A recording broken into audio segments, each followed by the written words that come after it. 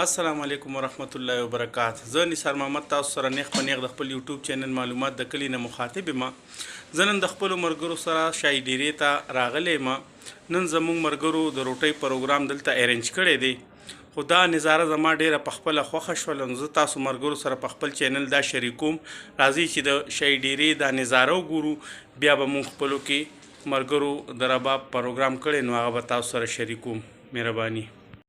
زمارونو دا د شای ډیرې انتظام وګورئ، دا یو زبردست سیټینګ شای ډیرې دا کسان لګیا دي، استادان د پخلی والا په شای ډیره کې.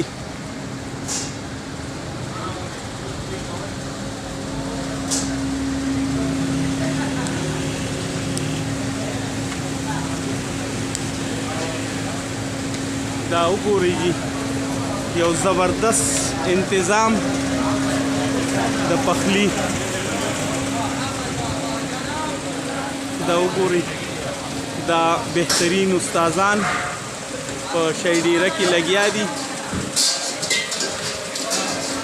دا استادان وګورئ جی ټول په خاندا سره دا چیو والا دی، زبردست کل انتظام هم د صفائی او هم د پخلی.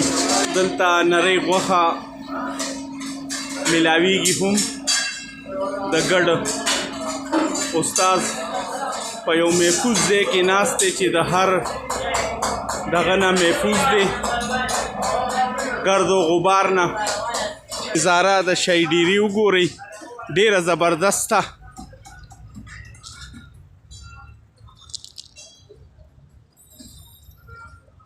ډیر بهترین نظاره ده.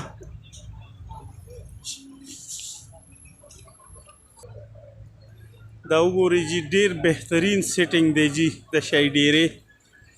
دا ما تاسو سره نن په خپل یوټیوب چینل باندې شریک کړلو. مې چې تاسو زمونږ په علاقه کې دا شای ډیره وګورئ، د دې سیټینګ او د دې پخلی انتظام هم ډیر بهترین دی، ځکه چې بار بار ورته بیا خلک راځي. او د دې نه بعد به اوس تاسو سره زه د رباب منګي هغه پروګرام شریکوم، نو اینه به خوندونه والی تاسو. او تر اخره پورې به ویډیو ګورئ، نورو ملګرو سره به شریکوئ او سبسکرایب کوئ به مهرباني. دا خو داسې معمولي خلک خو نه دي، الحمدلله.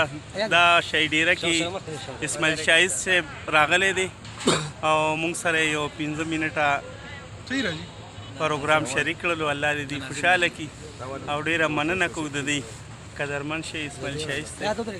مهرباني.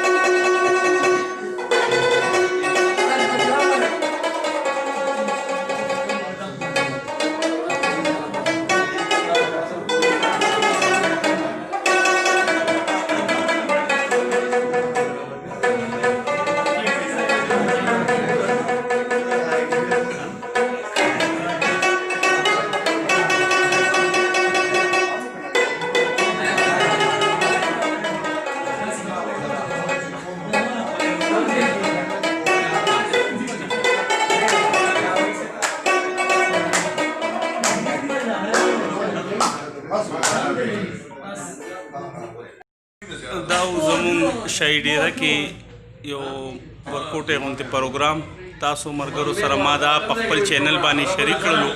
تاسو دوستانو ته دا خاص ته چې مهرباني وکړئ چینل سبسکرایب کړئ او مرګرو سره شیر کړئ. تاسو نه اجازه غواړو د الله پامان، الله خوشاله او آباد ساته. مهرباني.